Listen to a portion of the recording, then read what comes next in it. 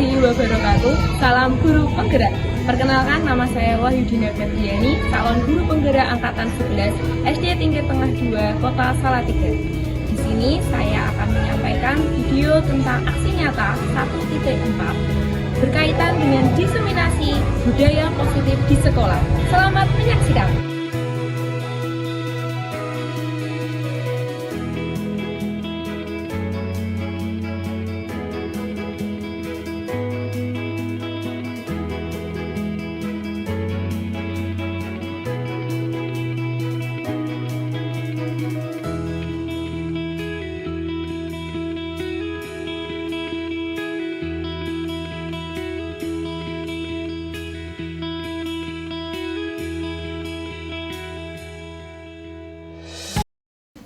Assalamualaikum warahmatullahi wabarakatuh. Selamat siang Bapak Ibu guru semuanya. Kami ucapkan terima kasih atas kesempatan kehadiran Bapak Ibu pada acara diseminasi budaya positif. Ya, yang pertama-tama yang kami hormati Ibu Kepala Sekolah SD Tingkat Tengah 2, yang saya hormati rekan-rekan guru SD Tingkat Tengah 2 dan mahasiswa UKSW. Marilah kita bersama-sama mengucapkan syukur atas kelimpahan rahmatnya, hidayahnya, sehingga kita dapat berkumpul di sini dalam keadaan sehat tanpa halangan suatu apapun. Di sini saya akan menyampaikan susunan acara pada siang hari ini. Yang pertama, pembukaan, sambutan kepala sekolah, pemaparan materi oleh Bu Irma. Yang kedua, pemaparan materi oleh saya sendiri, Bu Dina, dan diskusi penutup. Oh iya, sebelumnya perkenalkan, nama saya Wahyudina Febriani dan rekan saya Irma Fatihatur Rohmah. Kami adalah calon guru penggerak angkatan 11 Kota Salatiga, di mana kami akan menyampaikan tentang budaya positif yang ada di sekolah, seperti itu. Sebelumnya, mari kita buka acara siang hari ini dengan bacaan basmalah. Bismillahirrahmanirrahim. Acara berikutnya yaitu sambutan kepala sekolah. Kepada Bu Leti, waktu dan tempat kami persilakan.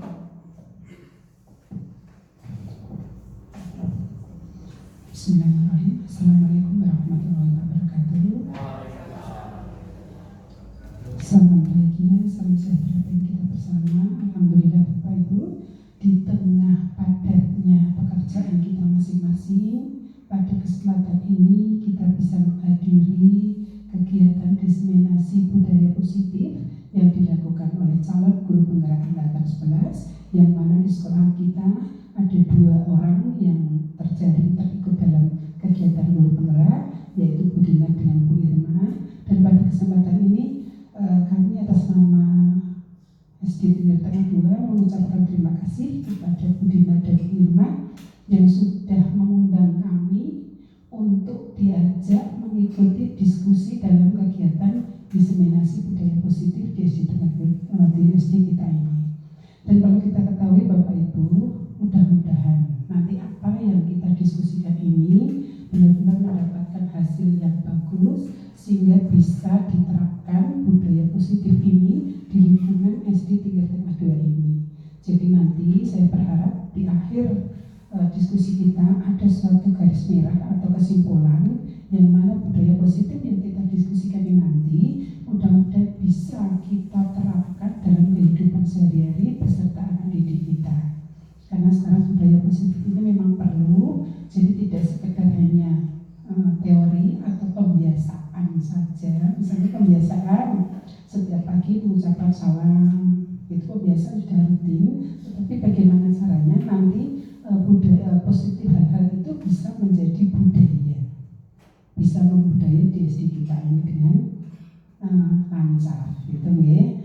Nah, ini ada pesan mereka, mudah-mudahan nanti kita semua diberi kelancaran kesehatan dari awal hingga pada akhirnya dan membuahkan hasil yang maksimal. Terima kasih, demikian Mbak Dinar dan Bu Irma. Wassalamualaikum warahmatullahi wabarakatuh.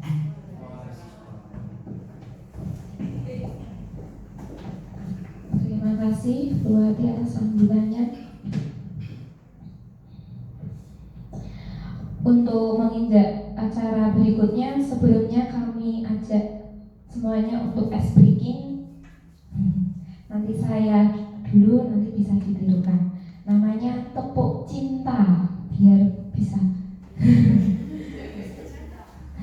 Biar ada cinta-cinta di happy ini.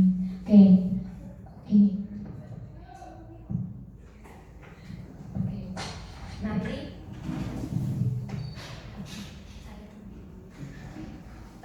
pertama nanti ada cinta kecil, cinta sedang, cinta besar, cinta kamu.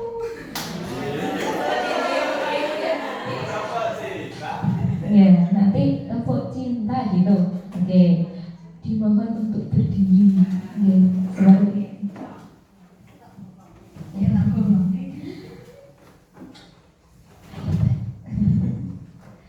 Tepuk cinta. Cinta kecil, cinta sedang, cinta besar, cinta kamu. Oke, terima kasih Bapak Ibu. Ulangi lagi. Tepuk cinta, cinta kecil, cinta sedang, cinta besar, cinta kamu. Oke, tepuk tangan untuk kita semua. Dipersilakan duduk kembali. Oke. Acara berikutnya yaitu pemaparan materi yang pertama oleh Bu Irma.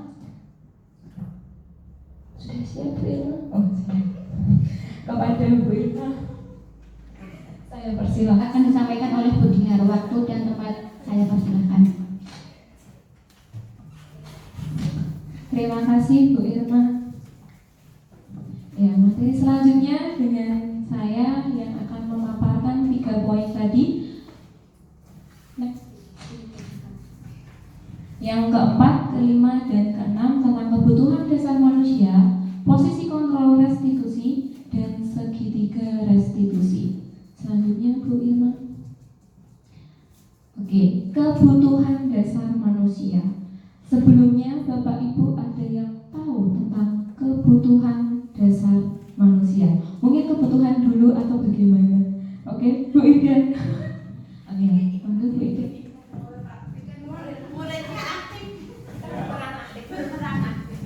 Menurut saya kebutuhan dasar manusia itu seperti ciri-ciri makhluk hidup mungkin ya, bernafas, makan, minum, mungkin itu Bu kebutuhan dasar. Ciri-ciri makhluk hidup. Jadi kayak bernafas, mimikri. Mungkin ada yang lain kebutuhan dasar. Oke Pak ya. Apa Bu? Selain yang disebutkan Bu Ija tadi, satu lagi untuk kebutuhan dasar manusia sekarang, kuota. Kuota itu ya internet. Oh iya. Kuota internet sama listrik. Oh iya. Itu kebutuhan dasar untuk sekarang. Mungkin kayak kebutuhan dasar manusia yang kita tahu mungkin kayak itu mungkin ya. Nah di sini kami memaparkannya tentang kebutuhan dasar yang dimiliki oleh kita yang tahu saja, bukan tentang ini. Dan ada mungkin Ibu Ida tadi ciri manusia ya. Di sini kebutuhan dasar itu lebih tepatnya sesuatu tindakan yang bertujuan untuk diperlukan memenuhi kebutuhannya dia. Jadi tindakannya dia yang itu. Oke Bu, dilanjutkan. Nah, di sini kebutuhan dasarnya tidak tadi ini ya Pak ya. Bertahan hidup, kasih sayang dan rasa diterima, pengakuan, kebebasan dan kesenangan. Dalam arti dalam bertahan hidup itu yang bisa dikategorikan oleh Bu Ida tadi mungkin dalam arti ciri-cirinya butuh makan, minum, dan mungkin kebutuhan biologis, dan ada lagi satunya itu psikologisnya, rasa aman, itu juga termasuk dalam bertahan hidup.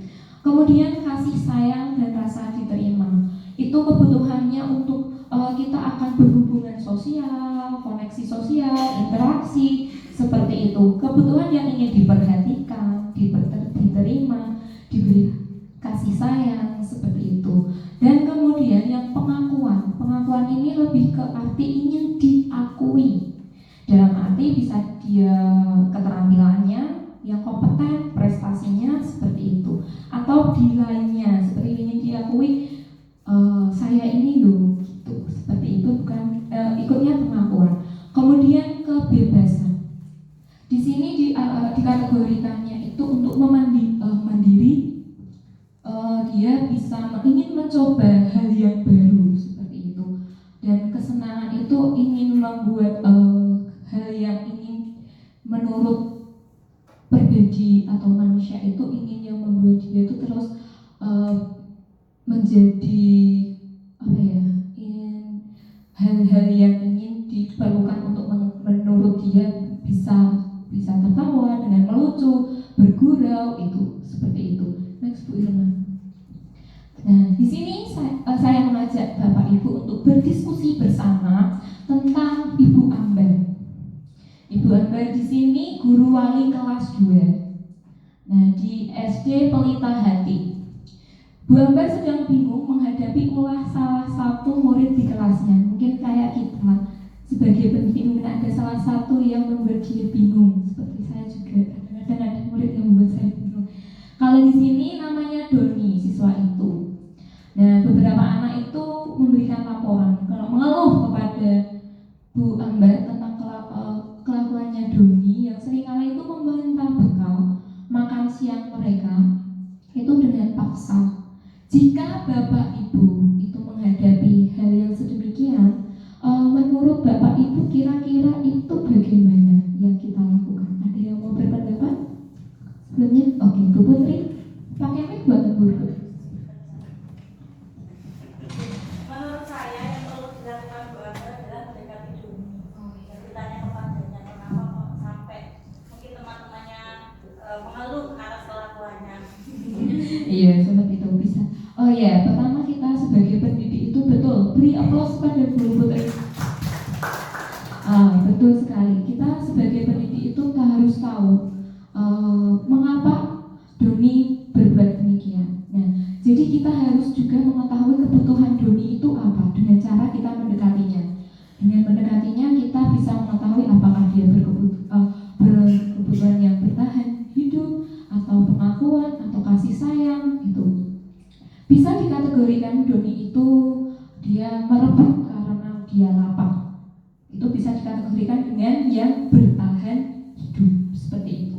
Bila kita sebagai pendidik bertanya kembali kepada Doni, mengapa berbuat demikian, tapi jawabannya dia, aku kan senang Bu menjahili temanku, kan lucu itu wajahnya. Nah, itu bisa dikategorikan dia berkebutuhan dengan yang kesenangan, sukanya jahil seperti itu. Nah, kalau dia berbuat demikian terus merebut karena aku bosan Bu, mame Bu sing nyamoni koyo ngono-ngono bae. Nah, itu termasuknya kebutuhan yang ingin tadi, kebebasan, ingin mencoba hal yang baru. Terus kemudian dia aku itu Bu, kalau ditanya itu sukanya itu kan kalau di rumah nggak disangoni, terus sama itu nggak pernah dikasih temen, ya saya tak rebut toh Bu. Nah, itu dia berarti ingin diakui sekaligus ingin rasa kasih sayang seperti itu Bapak Ibu. Jadi yang pertama kita lakukan adalah mendekati anak tersebut. Kenapa harus didekat? Kenapa harus seperti itu dan apa yang harus kita lakukan sebagai pendidik? Bisa dipahami ya Bapak Ibu? Oke, sekarang yang 5 posisi kontrol guru. Oke, ada yang mau berpendapat apa sih 5 posisi kontrol guru? Mungkin cara kerja apa gimana? Mungkin ada yang berpendapat? Beriman pakai mic apa tidak? Tidak usah. Menurut saya 5 posisi kontrol guru itu bagaimana guru itu mendisiplinkan siswanya di dalam kelasnya. Dan itu untuk perkembangan siswanya ke depan dan juga untuk pembelajarannya saat di kelas. Terima kasih Bu Intan. Beri tepuk tangan untuk Bu Intan. Ya, mungkin betul ya katakan Bu Intan. Itu kalau kontrol itu mengendalikan bahasanya ya. Nah, terus kalau 5 posisi itu lebih kayak ke caranya. Ya, seperti itu. Coba next Bu. Nah, di sini sebagai pendidik kita akan mengetahui yang saya dapat itu tentang penghukuman, teman, menjadi teman, terus pembuat merasa bersalah, terus kemudian pemantau, dan kemudian manajer. Mari kita ulas satu-satu. Bu Irma, next. Jadi di sini ada seorang guru itu sebaiknya memposisikannya itu ternyata sebagai manajer, di mana guru itu mempersilahkan murid untuk mempertanggungjawabkan perilakunya, mendukung murid agar dapat menemukan solusi atas permasalahannya.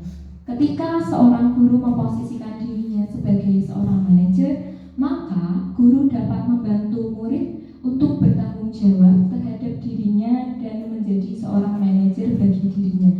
Jadi kalau dilihat dari kelima posisi itu yang paling tepat mungkin yang manajer. Tapi nanti kita lihat sebagaimana kita melihat anak-anak. Ya, kondisi semuanya tergantung dengan kondisi yang ada pada anak, seperti itu. Next. Nah, ini dikategorikan kalau misal pendidik menjadi seorang penghukum, itu bisa menggunakan hukumannya fisik atau verbal biasanya. Nah, orang-orang yang menjalankan posisi penghukum senantiasa mengatakan bahwa sekolah itu memerlukan sistem atau alat yang dapat lebih menekan murid-murid lebih dalam lagi. Guru-guru yang menerapkan posisi penghukum akan berkata, patuhi aturan saya atau awas, kamu selalu saja salah. Nah, itu biasanya kalau mau ada apa ya namanya, kadang kita juga menentukan ini untuk ketegasan ya. Jadi nada suaranya tinggi, terus bahasa tubuh, matanya sedikit melotot, nggak melotot, ya sedikit tegas, dan jari itu menunjuk dan menghardik. Kalau yang menunjuk menghardik itu kadang tidak dilakukan, hanya kita mungkin suaranya lebih tinggi. Ya, hasilnya mungkin akan kalau penghukum itu dilakukan terus-menerus mengakibatkan itu anak mendendam, terus marah, kok aku saja yang disalahkan terus ya. Terus akhirnya bersifat agresif, lebih menentang. Terus kemudian bisa jadi sesudah kembali duduk, murid itu tersebut akan mencoret-coret bukunya, kayak apa ya, depresi gitu akhirnya bisa jadi. Terus atau meja tulis. Nah, lebih buruk lagi, sepulang sekolah itu murid melihat motor atau bapak ibu itu bisa saja digores kendaraannya atau dikempesi bannya gitu. Kalau di sini mungkin tidak nih bapak ibu, pikiran seperti itu kan anak-anak masih unyu-unyu gitu. Nah, next. Membuat merasa bersalah. Di sini posisi ini kadang kita juga pernah melakukan seperti ini, akan bersuaranya tuh lebih lembut, membuat rasa bersalah akan menggunakan keheningan yang membuat orang lain itu merasa tidak nyaman, bersalah atau rendah diri. Kata-kata yang pernah yang dikeluarkan dengan lembut itu seperti ini. Ibu sangat kecewa sekali sama kamu. Berapa kali Bapak harus memberitahu kamu ya? Kamu mau bu guru dimarahi sama guru lain gitu, seperti itu kayak. Berarti anak-anak tuh kayak merasa bersalah. Terus posisi ini murid akan memiliki penilaian diri yang buruk tentang dirinya. Kok aku mengakibatkan bu itu menjadi minder, terus kok ya apa saya ada yang kurang ya, anak jadi seperti itu dan merasa itu kayak anaknya tidak berharga seperti itu dan telah mengecewakan orang-orang disayanginya. Jadi kalau menurut saya posisi kontrol yang ini bisa, tapi jangan terlalu digunakan seperti itu ya. Terus apa boleh mas selanjutnya? Nah, di sini hasilnya murid akan merasa bersalah telah mengecewakan ibu atau bapak gurunya. Murid akan merasa menjadi orang yang gagal dan tidak sanggup membahagiakan orang lain. Kadang-kala sikap ini lebih berbahaya dari sikap penghukum karena emosinya akan tertanam di dalam hatinya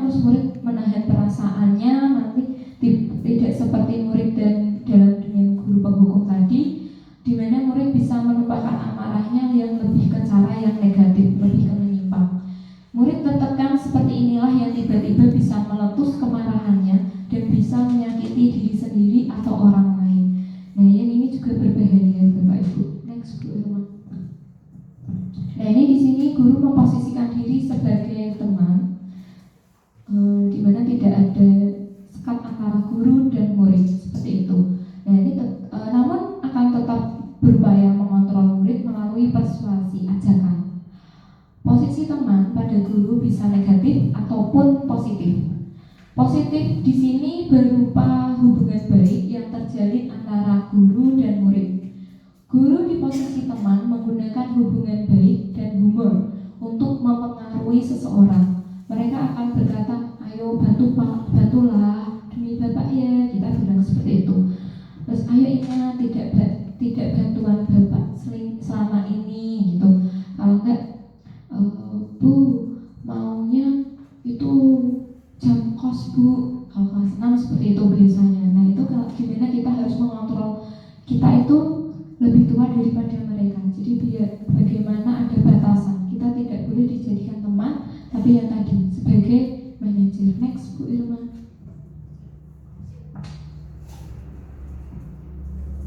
Hasilnya ini murid akan senang dan lebih akrab dengan gurunya. Termasuk dampak positifnya itu lebih akrab. Dan sisi negatifnya murid itu menjadi tergantung pada guru tersebut. Jadi kalau ada guru lain dia kayak kurang respect gitu jadinya. Terus kemudian dia merasa bisa mengandalkan guru tersebut untuk membantunya. Nah, akibat lain dari posisi teman itu hanya akan berbuat sesuatu bila yang menyuruh itu bu gurunya. Misal kalau anak saya misal ada guru mapel lain, dia tidak hormat, mungkin kalau enggak nyepeleke bahasane itu. Terus dan belum tentu berlaku yang sama dengan guru yang atau guru lain seperti itu. Jadi dampak negatifnya seperti itu Bapak Ibu. Nah di sini guru sebagai pemantau, dia hanya mengawasi. Di saat mengawasi kita bertanggung jawab atas perilaku yang kita awasi. Posisi pemantau berdasarkan pada peraturan-peraturan dan konsekuensi dengan menggunakan sanksi atau konsekuensi. Kita dapat memisahkan hubungan pribadi kita dengan murid. Sebagai seseorang yang menjalankan posisi pemantau itu sering pertanyaannya yang diajukan seperti ini. Ayo ingat peraturannya apa? Kemudian apa yang kamu lakukan? Betul apa tidak? Hanya seperti itu. Next Bu Irma. Nah, seorang pemantau sangat mengandalkan perhitungan, catatan, digunakan sebagai bukti atas perilaku seseorang. Posisi ini akan menggunakan stiker, poin atau bagaimana. Posisi pemantau sendiri berawal dari teori stimulus respon yang menunjukkan tanggung jawab guru dalam mengontrol murid. Jadi mungkin pakai poin untuk murid memahami konsekuensi yang harus dijalankan karena telah melanggar salah satu peraturan sekolah. Guru tidak menunjukkan satu emosi yang berlebihan, menjadi marah atau membuat merasa bersalah. Murid tetap dibuat tidak nyaman, yaitu dengan harus tinggal kelas pada waktu jam istirahat dan mengerjakan tugas. Guru tersebut harus memantau murid pada saat mengerjakan tugas di jam istirahat karena murid tidak bisa ditinggal seorang diri. Mungkin kayak kita ada yang melanggar aturan yang diyakini. Tadi dengan Bu Irma keyakinan kelas, mungkin ada yang melanggar atau peraturan sekolah dan dengan konsekuensinya dia tidak ikut jam pelajaran seperti itu. Nah, yang ini adalah posisi terakhir, menjadi manajer. Yang tadi sudah saya sampaikan bahwa posisi yang idealnya adalah yang posisi manajer, di mana posisi manajer ini telah memiliki keterampilan yang tadi posisi teman, pemantau, dan di dalamnya juga ada waktu-waktu tertentu kembali kepada kedua posisi tersebut bila diperlukan. Jadi bisa berubah antara pemantau menjadi teman seperti itu. Kombinasi mandiri dan bertanggung jawab. Maka kita perlu mengacu kepada restitusi yang dapat menjadikan murid kita seorang manajer bagi dirinya sendiri. Di manajer, murid diajak untuk menganalisa kebutuhannya maupun kebutuhan orang lain. Di sini penekanannya bukan pada kemampuan membuat konsekuensi, namun dapat berkolaborasi dengan murid bagaimana memperbaiki kesalahan yang harus diterapkan. Jadi seorang manajer itu biasanya apa yang kita yakini di kelas. Kamu masih ingat keyakinan kelasnya? Apakah kamu meyakininya keyakinan kelasnya? Seperti itu. Tugas seorang manajer bukan untuk mengatur mengatur perilaku seseorang, kita membimbing murid untuk dapat mengatur dirinya. Seorang manajer bukannya memisahkan murid dari kelompoknya, tetapi mengembalikan murid tersebut ke kelompoknya dengan lebih baik dan kuat.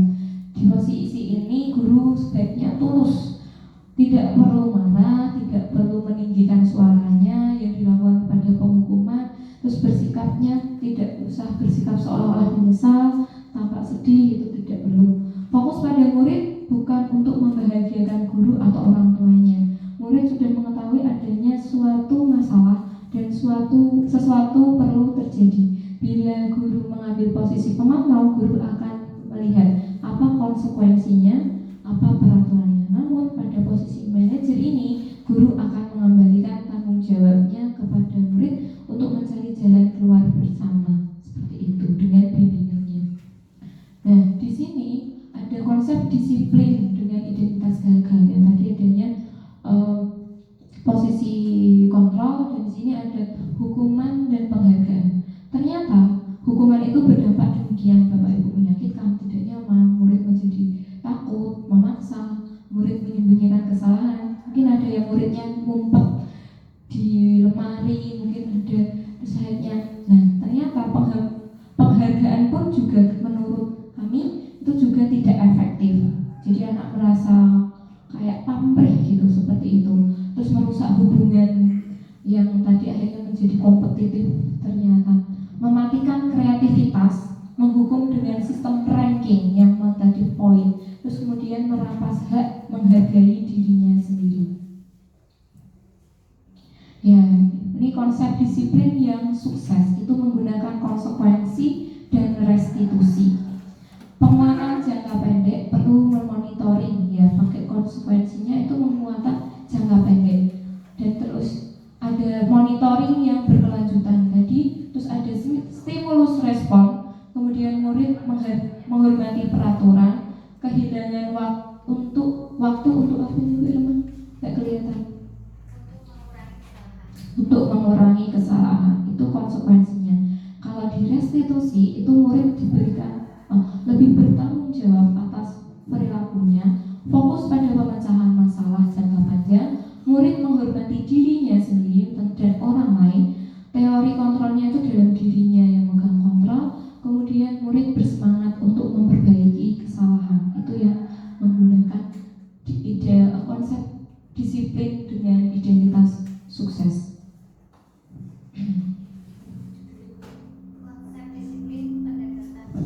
Konsep disiplin dengan pendekatan.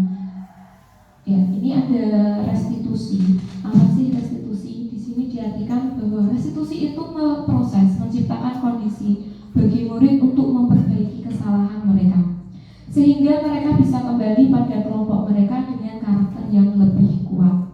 Seperti itu. Dan ciri-cirinya itu bukan untuk menebus kesalahan, namun belajar dari kesalahan, memperbaiki hubungan, tawaran bukan paksaan, mencari kebutuhan dasar yang mendasari tindakan, kemudian fokus pada karakter bukan tindakan, menguatkan dan fokus pada solusi. Seperti itu. Ini ada contoh siswa yang sering tidak mengerjakan PR. Bagaimana dengan yang harus kita lakukan? Ada 3 yang kita lakukan, manakah yang lebih baik? Atau mungkin hanya hukuman, konsekuensi, atau restitusi? Kalau dengan hukuman, itu guru menghukum siswa hormat bendera selama 10 menit atau mengerjakan PR 10 kali lipat, seperti itu. Nah, di sini guru sudah memarahi dan murid menjadi takut. Kalau saya pribadi itu kalau memarahi anak itu kayak kesel, capek sendiri akhirnya.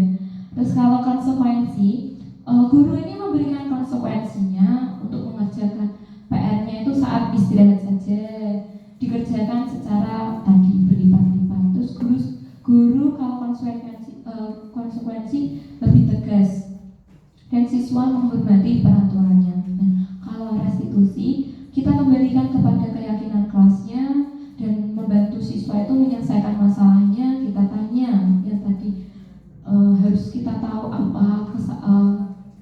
apa yang melatar belakang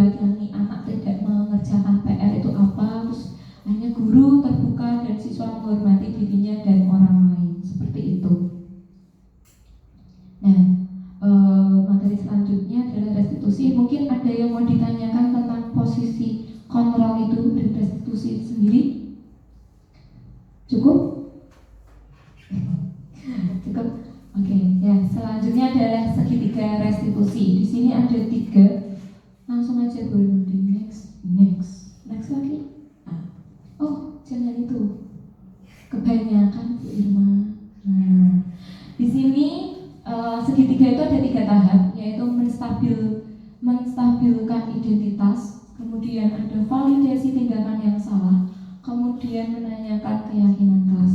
Yang pertama adalah menstabilkan identitas dulu, di mana berdasarkan prinsip ini membuat kesalahan adalah bagian dari proses pembelajaran. Semua orang itu punya salah seperti itu. Terus kemudian menggeser identitas gagal menjadi identitas sukses. Dengan arti seperti ini. Anak ada anak yang salah, terus kita sebagai pendidik itu bertanya kepada anak bahwa semua orang itu pernah salah. Tapi kalau berbuat salah pasti ada alasannya, dan alasannya itu mungkin dimaksudkan untuk menggeser identitas yang dia maksud menjadi identitas yang sukses. Kemudian memvalidasi tindakan yang salah. Berdasarkan prinsip ini, setiap perilaku berupaya memenuhi kebutuhan. Terus kemudian guru bergeser dari pemikiran stimulus respon menjadi proaktif. Kemudian mengenali dan mengakui kebutuhan murid untuk memperbaiki hubungan. Dan kemudian tadi menanyakan keyakinan. Kembalikan keyakinannya kepada keyakinan kelas yang diyakini bersama. Murid akan diberikan pertanyaan bermakna untuk memunculkan motivasi secara intrinsik, mampu mengaitkan keyakinannya dengan tindakan yang salah, seperti itu. Jadi untuk menstabilkan identitas kita perlu anak jangan sampai dia itu merasa rendah diri dan terus dia kayak mendendam seperti itu. Next Bu Irma. Iya, next aja, enggak apa-apa. Bagaimana kabarnya hari ini? Baik, Bu. Alhamdulillah baik. Rizkia, kamu tahu mengapa kamu dipanggil ke sini? Tidak, Bu. Oh, tidak. Gini Rizkia, tadi pagi Rizkia berangkat sekolahnya pukul berapa? Pukul 7 lebih, Bu. Pukul 7 lebih ya? Nah, Rizkia tahu aturan sekolah siswa itu berangkatnya pukul berapa? Pukul 7 pas, Bu. 7 pas. Nah, kalau berangkatnya pukul 7 lebih itu termasuk datang tepat waktu atau terlambat Rizkia? Terlambat, Bu. Terlambat ya. Nah, kalau berangkat terlambat itu merupakan perbuatan baik atau tidak? Tidak, Bu. Tidak.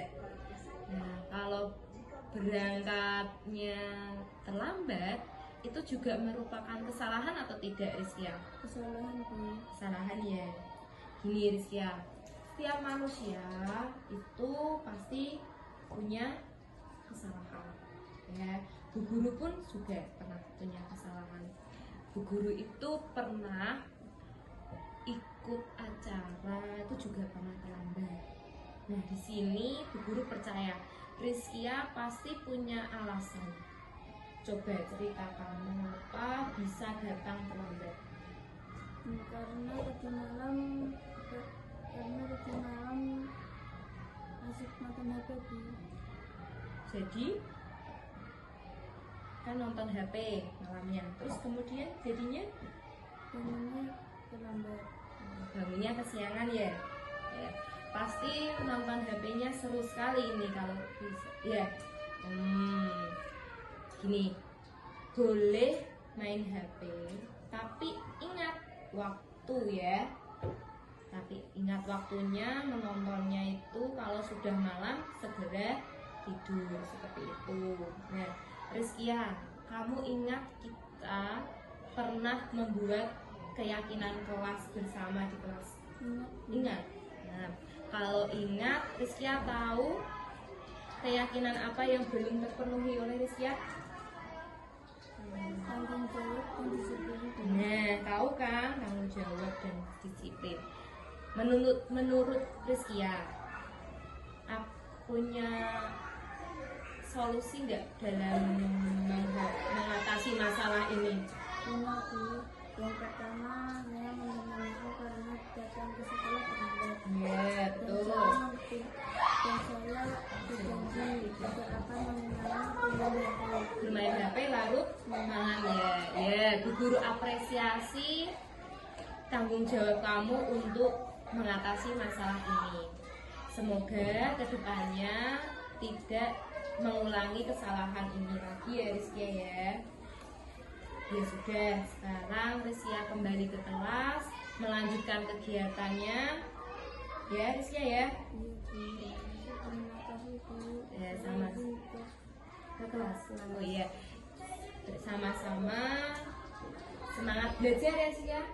Ya, sana lanjutkan kegiatan kelas. Waalaikumsalam. Semuanya pernah bersalah, tetapi yang penting adalah kita mengkondisikannya anak harus menjadi dirinya sendiri.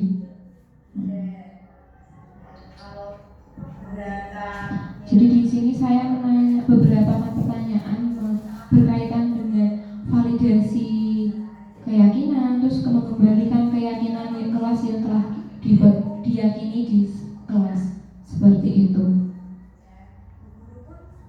Nah, mungkin ada yang ditanyakan? Ada? Ya, mungkin sudah cukup Bu Irma.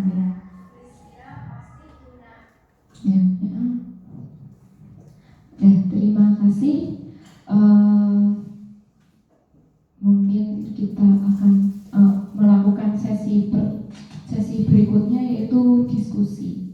Mungkin ada yang mau menyampaikan keluh kesahnya, curhat tentang kelasnya, itu kita bisa kupas bersama-sama dengan berdiskusi bersama mengenai tadi disiplin positif, motivasi, mungkin kebutuhan, keyakinan, dan segitiga restitusi, dan 5 posisi kontrol guru.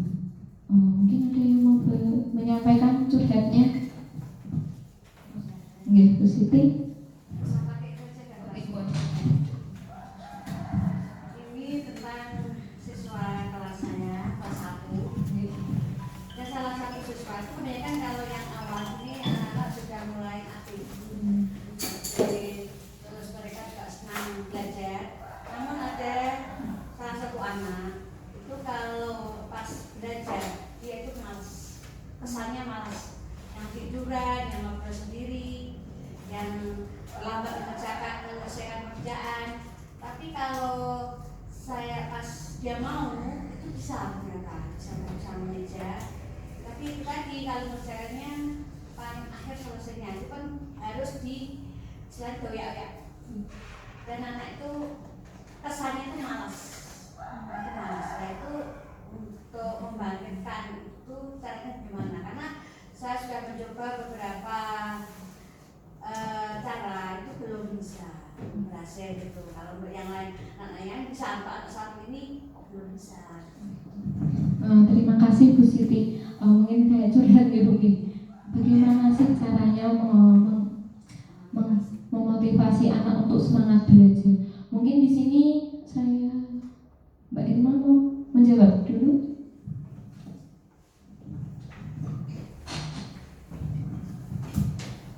Terima kasih atas waktunya.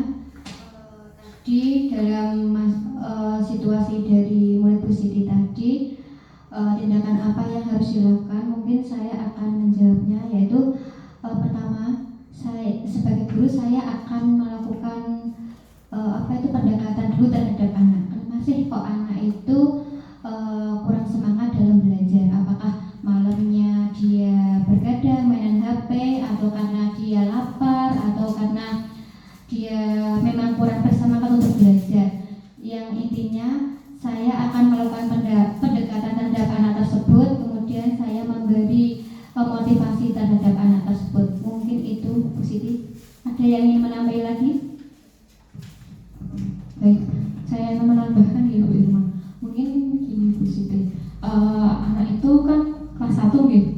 Nah mungkin dengan pendekatan sebagai tadi yang dikatakan oleh Bu Irma itu, kemudian anak itu dipilah kebutuhan yang dia mau apa dari kebutuhan tadi, dasar manusia tadi. Nah sebagai pendidik juga akan menggunakannya kontrol sebagai manajer, seperti itu. Nah di dalamnya mungkin ada ditanyakan mengapa begitu, itu mengapa apa ya namanya ya bisa dikategorikan bahwa anak itu berbuat demikian itu mengapa, dan mungkin pendekatan dengan pihak lain, orang tuanya mungkin bisa untuk mengetahui kontrol di rumah bagaimana. Jadi kita bisa berkoordinasi dengan orang tua juga seperti itu. Bu Siti, bagaimana Bu Siti? Terima kasih. Mungkin ada yang lain? Gimana bagaimana? Mungkin ada yang mau bertanya atau mau curhat dengan permasalahan yang ada. Cukup. Belum suara ada mungkin. Cukup sekian dari presentasi kami. Bila ada salah kata, salah yang kami perbuat, kami mohon maaf. Sekian. Wassalamualaikum warahmatullahi wabarakatuh.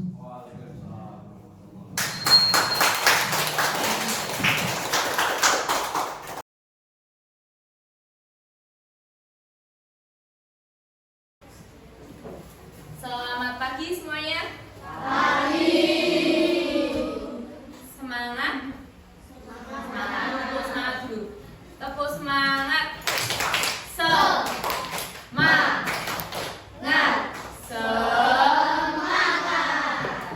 Hari ini Ibu akan mengajak anak-anak untuk membuat keyakinan kelas bersama. Apa itu keyakinan kelas? Ada yang tahu?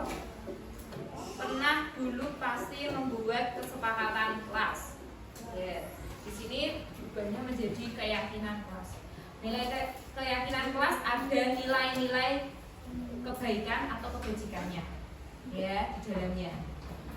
Nanti anak-anak akan membuat keyakinan kelas yang kamu yakini kelasmu itu mau dibawa kemana. Maksudnya nilai yang kamu tanamkan di dalam kelas ini nilai apa saja, nilai kebaikannya itu ya. Jadi diharapkan anak-anak nanti bisa menuliskan keyakinan apa yang kamu yakini, nilai apa yang akan kamu tanamkan di sini, nanti akan kamu tularkan kepada adik-adik kelas. Bisa dipahami? Jadi keyakinan kelas itu ada nilai yang terkandung.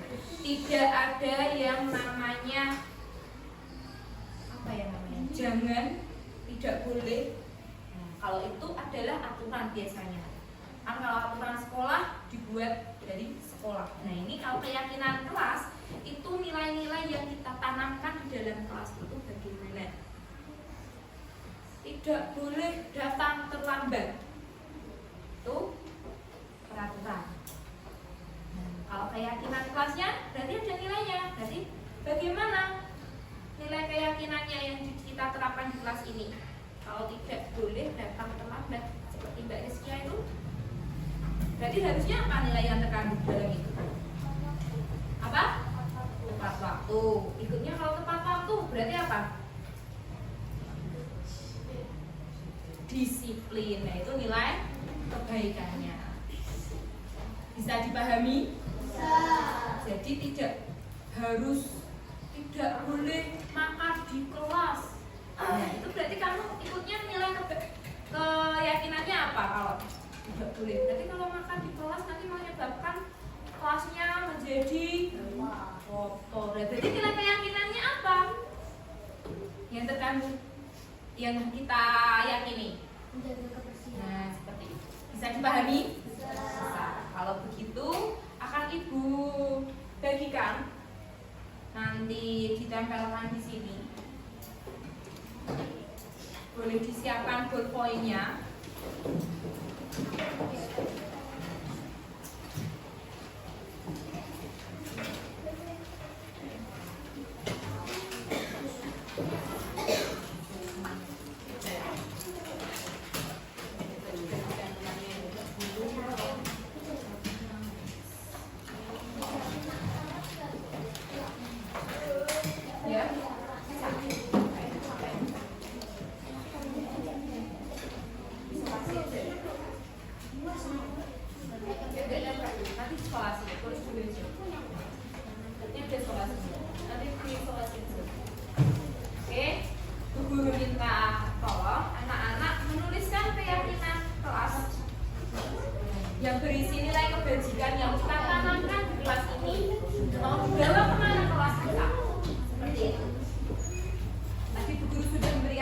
beberapa contohnya.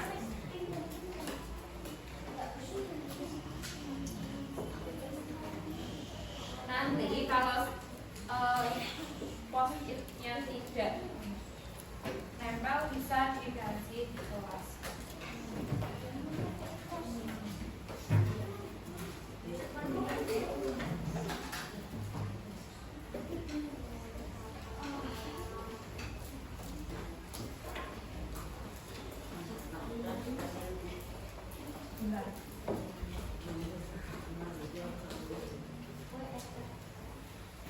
Nanti ditempelkan di sebelah sini ya, yang di sini.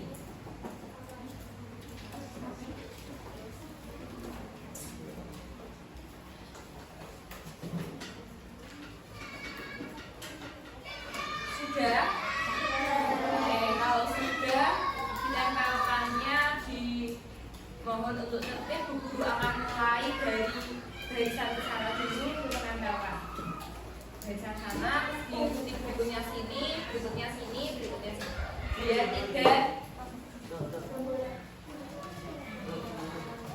biar kelihatan rapi. Yuk, siapa yang mau maju juga ke nomor sana?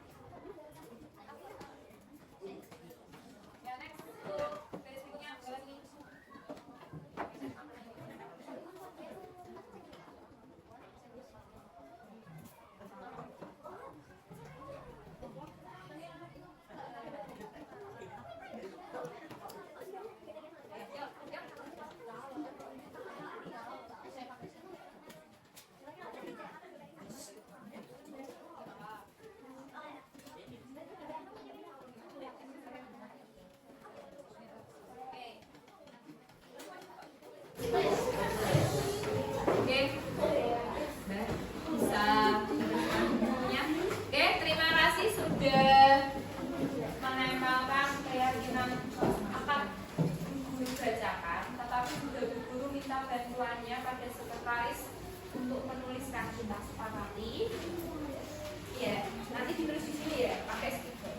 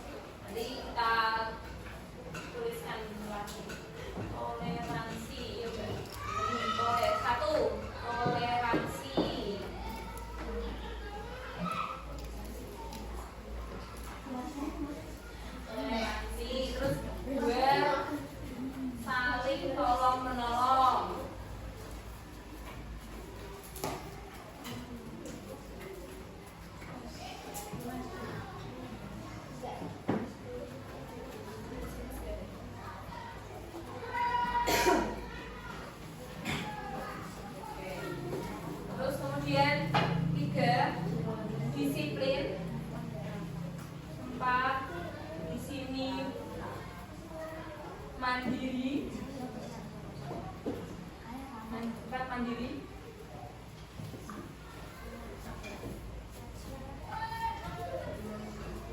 5,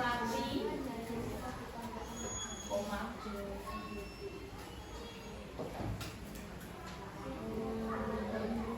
6, gotong royong. 6 gotong royong.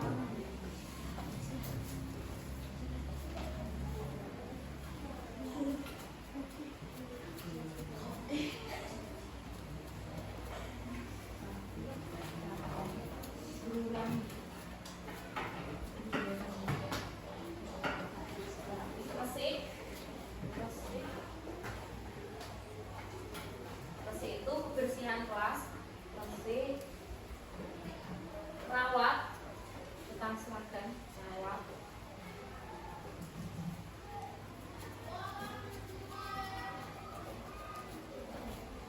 Terus nomor 7-nya sopan.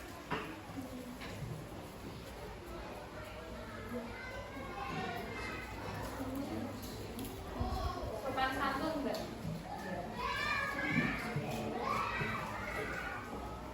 Terus nomor 8, menciptakan kelas yang menyenangkan.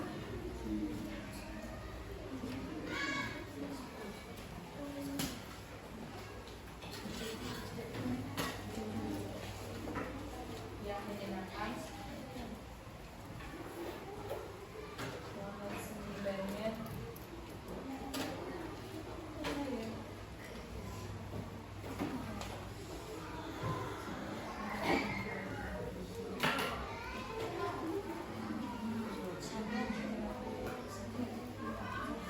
jujur, dan jujur, bersikap jujur. Bersikap jujur.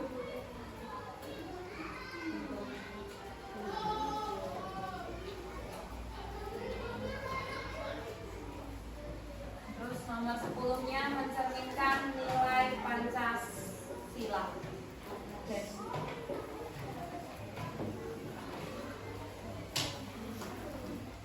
Nilai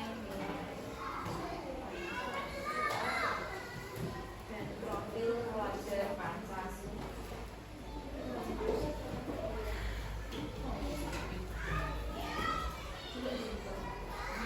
Profil pelajar Pancasila.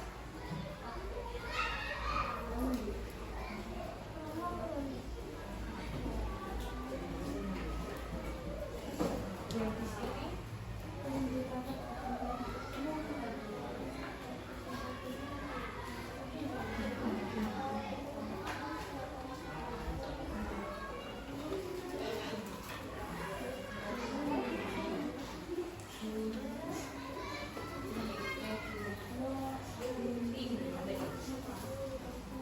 oke, terima kasih.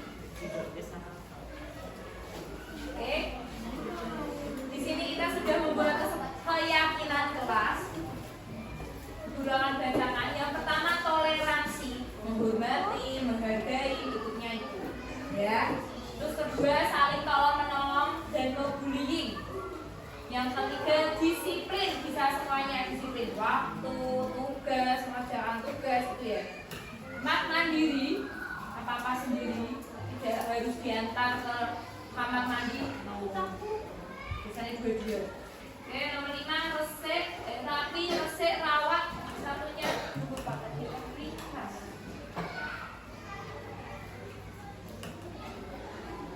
7 gotong royong, sopan santun. 8 menciptakan kelas yang menyenangkan. Itu yang bagaimana? Yang menyenangkan. Oke, nanti. Bersikap jujur. Nomor 9. 10 menerbitkan nilai-nilai Pancasila dan profil pelajar Pancasila. Itu kita yakini bersama bisa guru minta tolong nanti untuk kita deklarasikan bersama-sama dengan tanda tangan semua kelas di sini. Oke, guru akan tuliskan tanggal. Sekarang tanggalnya